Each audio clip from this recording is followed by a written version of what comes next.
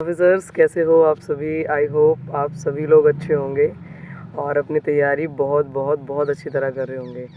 तो आज की जो वीडियो है ये बहुत ज़्यादा इम्पॉर्टेंट होने वाली है उन लोगों के लिए जो स्पेशली यूपीएसआई की तैयारी कर रहे हैं। आज की वीडियो में आप लोगों को सब कुछ बताया जाएगा, बिल्कुल डिटेल्ड स्ट्रैटेजी है।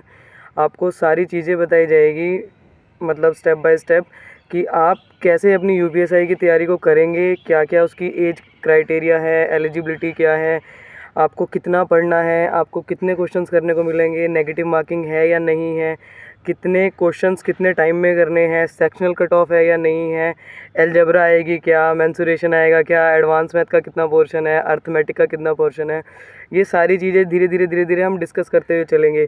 हो सकता है इस वीडियो के 2-3 पार्ट आएँ या फिर हो सकता है मैं इसी वीडियो में कवर अप कर दूँ। तो आप लोग प्लीज़ वीडियो को पूरा देखिएगा, आपके सारे डाउट इसी से क्लियर हो जाएंगे और आपको पूरे यूट्यूब पे कहीं छाँटने की ज़रूरत नहीं है, कहीं छानने की ज़रूरत नहीं है कि कौन सी वीडियो देखें कौन सी वीडियो ना देखें।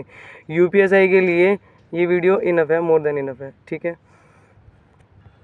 तो आपको बस काम क्या करना है, आपको बस एक काम करना है, वो ये है कि आप लोग मेरे साथ पेन और कॉपी लेके बैठेंगे, क्योंकि देखो मेरे पास भी बोर्ड तो है नहीं, तो मैं तो आपको ऐसे ही बता सकती हूँ। तो आपको नॉर्मल वर्चुअली सारी चीज़ें बताई जाएंगी और बिल्कुल पैटर्न वाइज बताया जाएगा कि क्या से क्या होता है, सबसे पहले क्या होता है, बाद में क्या होता है, आपको ये कैप लेने तक का कितना टाइम लगेगा, और पूरा का पूरा आपको टाइम पीरियड भी बताया जाएगा कि कब से। और फॉर्म के लिए भी काफ़ी बच्चे पूछ रहे थे, तो फॉर्म देखो जनवरी में मुझे चांसेस लग रहे हैं कि इसके फॉर्म आ जाएँ, बाकी कुछ कह नहीं सकते कि कब तक आएंगे, कुछ मालूम नहीं है। और आज छठ पूजा का दिन है, तो आप सभी को हैप्पी छठ।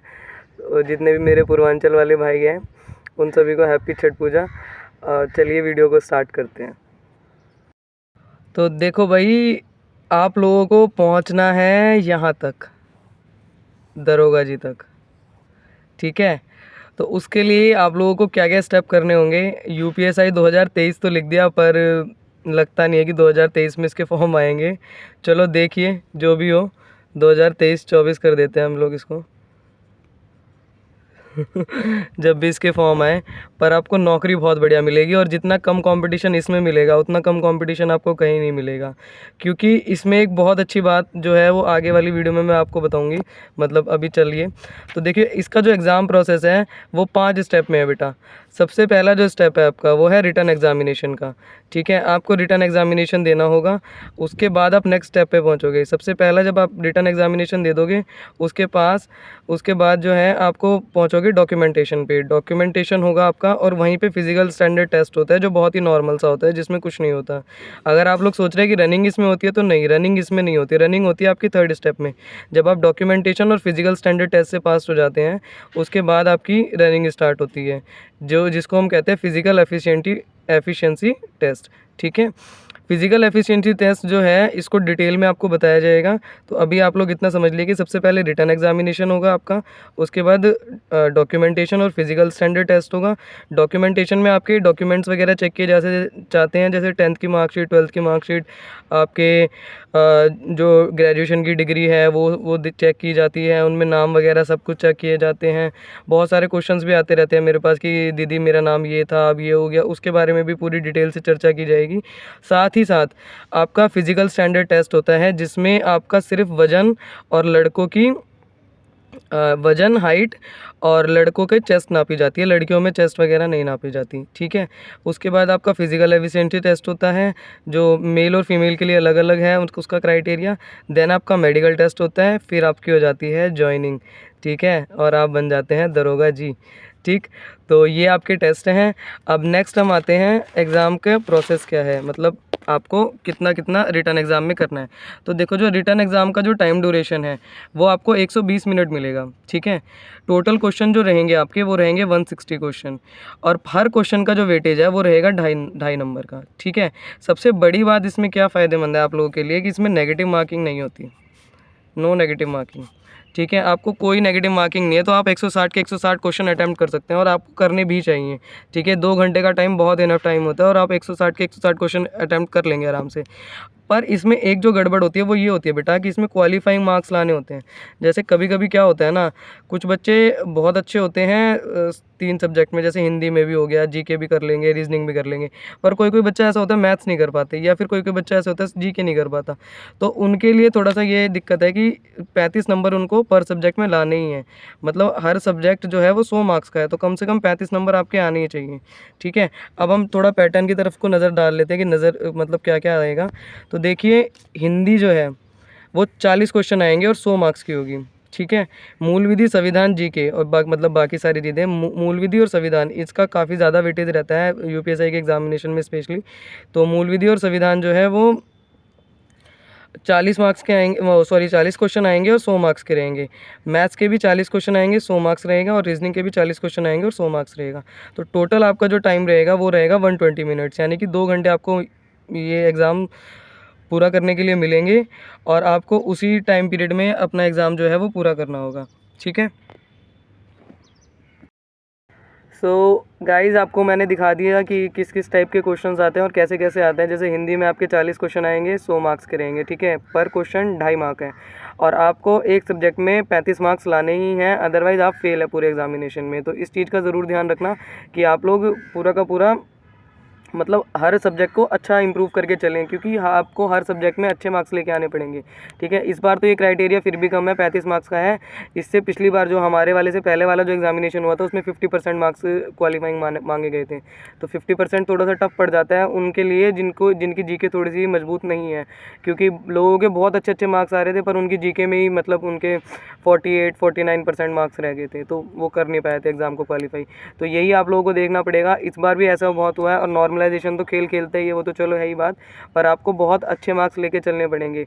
अब आप लोगों को एक कट ऑफ का एस्टिमेट दे दूं मैं, और मैंने पिछली वीडियोस में भी दिया है, पर इस वीडियो में भी मैं आपको बता दूं कि जो कट ऑफ है आपकी, वो देखो थोड़ी सी ज़्यादा ही रहेगी। अगर आपकी इस बार की जो कट ऑफ है वो आप लगा लो कि लगभग 124-125 क्वेश्चन मेरे थे, यानी कि मेरे 313 नंबर बन रहे थे, और लड़कियों की कट ऑफ गई थी 296। तो अगर गर्ल्स कैंडिडेट है और वो यूपीएससी के एग्ज़ाम की तैयारी कर रही है, तो बेटा कम से कम 305 प्लस की तैयारी करके चलना आप अपने हिसाब से, ठीक है? 305 प्लस नंबर लेके आओगे तब जाके आपको सिलेक्शन मिलेगा। और अगर बॉय कैंडिडेट है, मेल कैंडिडेट है, तो वो अपनी तैयारी कम से कम 320 प्लस नंबर की रखना, तब जाके आपका सिलेक्शन होगा, ठीक है? और तैयारी तो आप 350 नंबर की करो ही करो, पर एक जो मिनिमम अपने दिमाग में ना इतने नंबर तो मान के चलना, जब तक ये टेस्ट वगैरह में इतने मार्क्स ना आए तो यूँ मत समझना कि तुम्हारी तैयारी बहुत अच्छी चल रही है, और इतने मार्क्स आने के बाद भी ये मत समझना कि आपकी तैयारी बहुत अच्छी है, क्योंकि हमारी तो 9,500 वैकेंसी थी, आप लोगों की वैकेंसी आएंगी 2,000 के करीब। तो इतना आप बहुत ज़्यादा कंपटीशन होने वाला है, ठीक है? पर बाकी स्टेट्स के हिसाब से, मतलब बाकी एसएससी वगैरह के एग्ज़ाम्स के हिसाब से देखे जाए तो यूपीएससी में फिर भी कम कंपटीशन आपको देखने को मिलेगा, क्योंकि अगर कोई बच्चा इस एग्ज़ाम की तैयारी करता है तो सबसे पहला फ़ायदा तो उसे ये मिलेगा कि उसको हिंदी मिल जाएगी, क्योंकि एसएससी वगैरह के एग्ज़ाम्स में इंग्लिश रहती है, और थोड़ा सा हमारे जो यूपी वाले बच्चे हैं वो हल्का सा डर मानते हैं थोड़ा सा इंग्लिश का, तो उनके लिए ये चीज़ बहुत बेनिफिशियल रहेगी कि आप लोगों को हिंदी मिल जाएगी यहाँ पे। दूसरा सबसे बड़ा फ़ायदा ये है कि यहाँ पे जो है ना आपको नेगेटिव मार्किंग नहीं मिलेगी, तो आप सारे के सारे क्वेश्चन अटैम्प्ट कर सकते हो, ठीक है? तो कभी कभी मान लो आपको 120 क्वेश्चन 130 क्वेश्चन सही से आते हैं, पर अगर आपने 30 क्वेश्चन में भी तुक्का मारा है और आपने एस्टिमेटेड गेस लगाया है, दिमाग से गेस लगाया है, तो आपके कम से कम 10 क्वेश्चन तो सही होंगे और आप पार हो सकते हो। 10 क्वेश्चन का मतलब समझ रहे हो, 25 नंबर, क्योंकि एक क्वेश्चन 2.5 मार्क का है, समझ रहे हो आप? तो इसमें थोड़ा सा ये फ़ायदा हो जाता है कि नेगेटिव मार्किंग नहीं है। बाकी जो क्वालिफाइंग मार्क्स हैं 35 मार्क्स, वो सब लोग क्लियर कर लेंगे, क्योंकि इतनी बड़ी क्वालिफाइंग कट ऑफ नहीं डाली है इस बार इन्होंने। पिछली से मतलब हमारे वाले से पिछली बार ये हुआ था, 2016 वाली जो भर्ती थी उसमें ये हुआ था कि 50% मार्क्स की वो मांगी हुई थी, तो थोड़ा सा दिक्कत होती थी, बट अब इतनी दिक्कत नहीं रहेगी, ठीक है? तो आपको आई होप एग्ज़ाम पैटर्न समझ में आ गया होगा, कोई किसी को परेशानी नहीं होगी।